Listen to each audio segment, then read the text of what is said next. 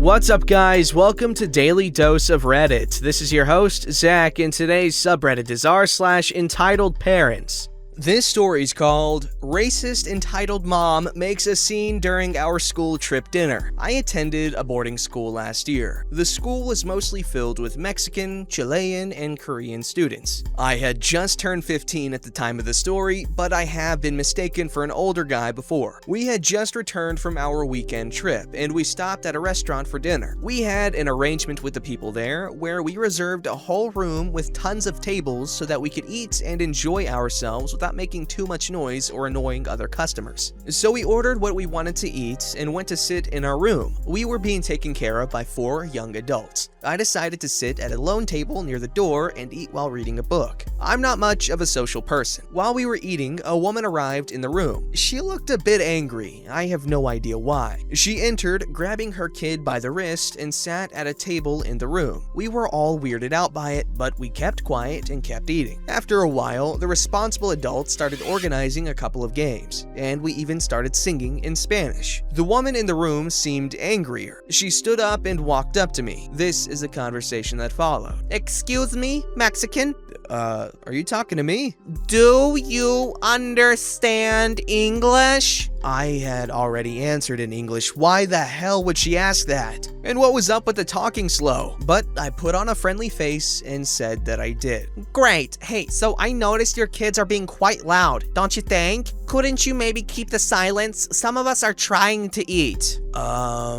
They are actually not my... "Or you shut them up or I'll call the manager." But you see, I'm not the one... Are all of you in your country that stupid? Come with me. Before I had time to process what happened, she grabbed me by my wrist and pulled me up to one of the adults, Mr. Banderas, the youngest one of them, who was being quite loud. "Now break the group apart. Is there anything I can help you with?" At this point, I wouldn't know how she could mistake him as being younger than me, but this woman turned out to be pretty damn stupid. "Yes, you could obey your superior here and shut up." Mr. Banderas gave me a puzzled look. I could only give him another one in reply. "Ma'am, I think there's been a little misunderstanding. He's not the superior. I am. You aren't even supposed to be here." Such insolence! Who are you, kid, to tell me what to do? I'll call the manager. Which was pretty ironic, since he was standing right behind her, although he couldn't hear the commotion. The room was soundproof, another reason why we stayed there. Anyway, he had been notified by the staff member who served her that she was in the room. As soon as she turned around, he said, "Excuse me,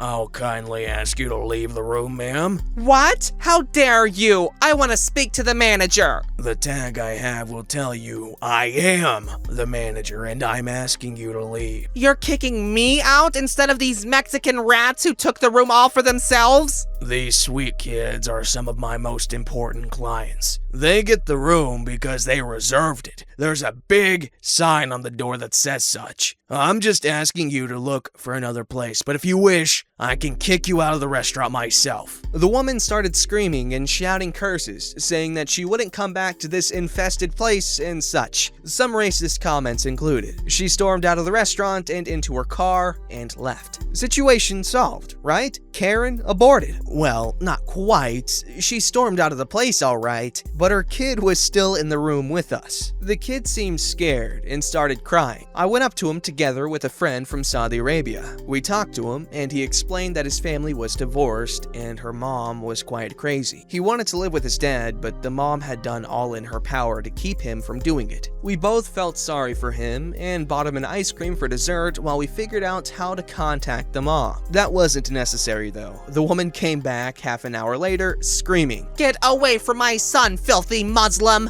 My friend seemed taken aback by the comment. He's Catholic. The woman grabbed her son and went outside again, and I could hear part of the discussion about how she didn't like that he talked with that kind of people and him telling her that we were really nice. She was just being mean. So that was my first encounter with a Karen, and a really racist one at that, but it wouldn't be the last one I would have during my stay in the US. I just hope that little kid is okay. I can't imagine having a mom like that. It feels weird saying Muslim like Muslim. It's just, However, that is the correct way to say it according to Islamophobes, so gotta stick to the role, you know what I mean?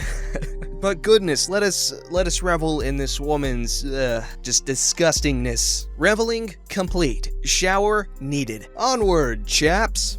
This story's called Karens Have Found Build-A-Bear. So 2 weeks ago, I posted a story in the Entitled Kids subreddit about the biggest tantrum I've seen at a Build-A-Bear. For those unaware, Build-A-Bear is the coolest store ever to be created. Customers come in, pick an unstuffed furry friend, fill them up, get to add a heart, dress them up, and even name them. I had mentioned that I haven't had a run-in with a Karen, until now. Now, most parents are rather patient and kind when they're in Build-A-Bear. They understand that it takes time to fill the bears up, and if you want to add extra stuffers like sounds, that will also take time. Now, on to the story. Here's the cast. Me, a magical space fairy princess. Cinderella, one of my managers. Aurora, another manager. Charming coworker. Karen, the evil queen. Little girl. Karen's daughter. Currently, at the time of writing this, we have a special going on in honor of National Hug Day. Our national teddy bear is only $5. We also have a buy one, get one of a buy one,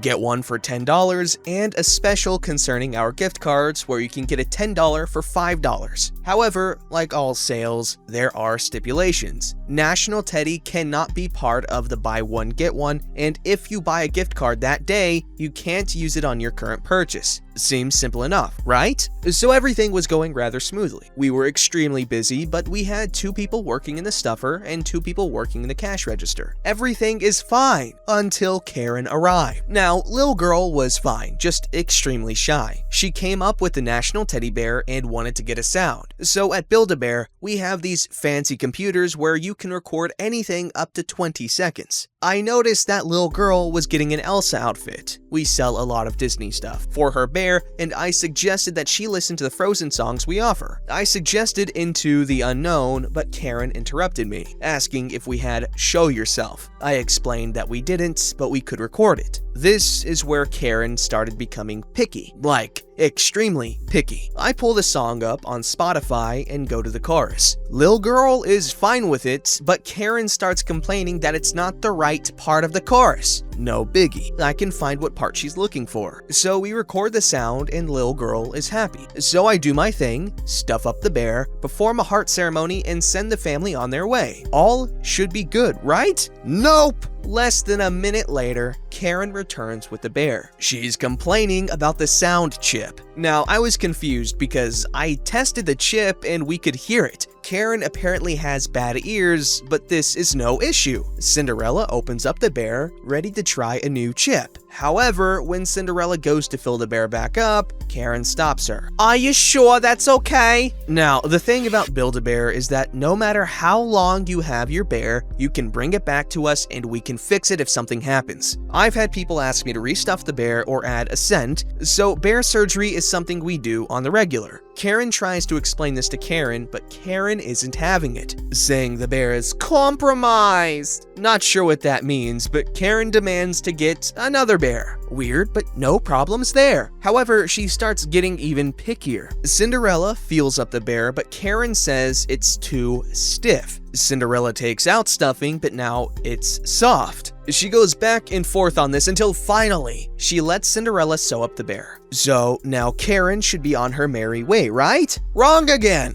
She then wants Cinderella to dress the bear up in a different Elsa dress because she wants to compare them. Keep in mind, we're close to closing. I'm cleaning up, Charming is stuffing, and the only people who are ringing up people are Aurora and Cinderella. Aurora was busy sewing up another bear, so Cinderella was the only person who could ring up purchases. Karen was purposefully wasting her time. Then, Karen leaves only to return. Turns out that Cinderella accidentally put in the old chip. Okay, so Cinderella admits this mistake, but Karen is once again being really nitpicky and wouldn't stop asking questions. Now, Cinderella has been nothing but polite to this woman. All of us have been polite. Not a single rude word was spoken to this woman.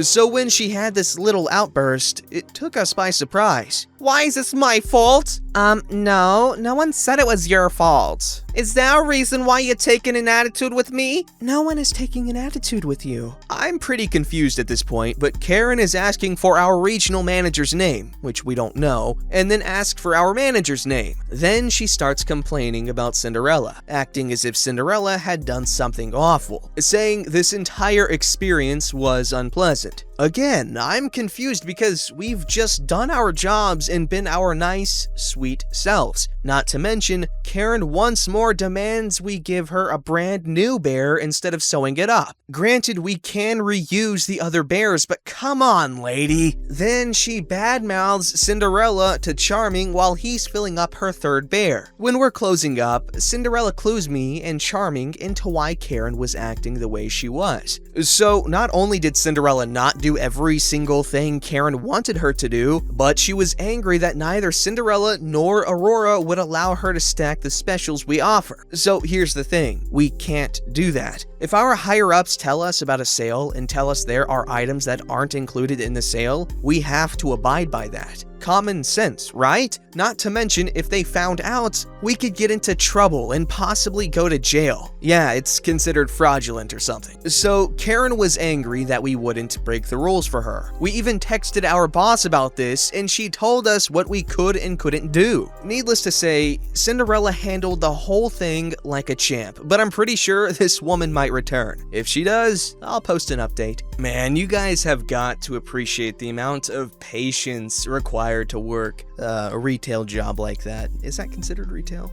Regardless, the patience required for jobs like that is mind-numbing, and I am so glad to be out of that line of work. Holy crap. Now, I get over things relatively quickly, but there's still that initial going through things to get over them, and I'm sure we can all agree that there are just some customer interactions that are just an absolute pain to get through. Holy crap. And there's hardly any reward from going through it, so it's just not worth it. Other than for the character building or whatever, but honestly, it just made me hate people.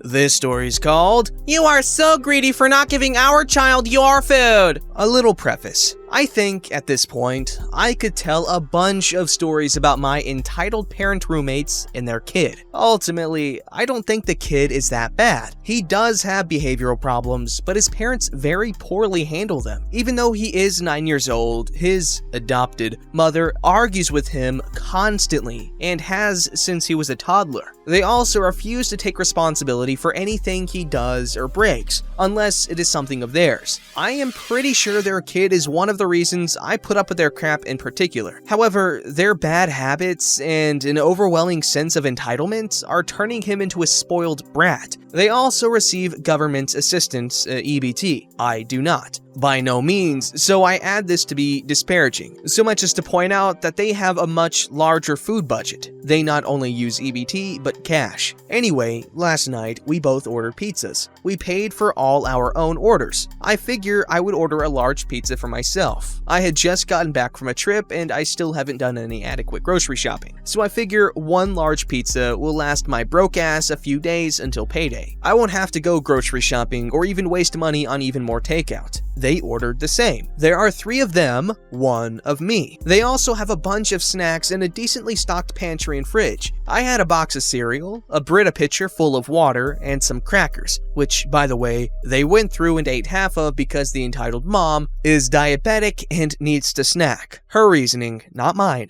Not surprisingly, the 3 of them dusted off their pizza that night. I only had 2 pieces, then another piece for breakfast before work. I come home for them to tell me they gave their kid some of my pizza because he was hungry, didn't want to eat anything else. I confronted the father or husband about this, who only thought to tell me while talking about just how much their son ate. He was surprised I was upset because I had a whole pizza, and I really wasn't gonna eat it all by myself. It happened while I was at work, so I couldn't really do anything. Tonight, he refused to eat dinner, save for a baked potato, and he was still hungry. He then proceeded to shoot down the numerous suggestions on what else to eat, including their dinner once again. He then proceeded to announce he wanted pizza. I wasn't even eating pizza at the time. Another thing they like to do is get mad at me for eating better food that their kid likes anywhere he can see. He asks me for pizza. I straight up tell him, no, that's my dinner. You already took a piece without permission. He proceeds to throw a tantrum. To me, then his parents, who then approach me. Hey, can kid have some pizza? He's really hungry. I already told him, no, I don't have anything else to eat besides that pizza, and you already gave him one without even texting me to ask. Well, he doesn't want to eat anything else, and it's just sitting there in the fridge. Where else is it supposed to be? Entitled mother says to kid, you know, you have chicken, mac and cheese, cereal, cookies, ice cream. No, I want pizza. Come on, you don't need that whole pizza. It's my pizza. Come on, kid. She doesn't want to give you pizza. She's being greedy and she's gonna scarf down a whole pizza by herself. I left it at that. They left it at that. But regardless, I was surprised by how he acted like I was the bad guy for not bending to their whims, especially given that they had one hell of a habit of stealing my food, and right after Christmas, I was helping buy them food and stuff like milk and bread that they never paid me back for, and I'm the greedy one. How do people end up with roommates like these?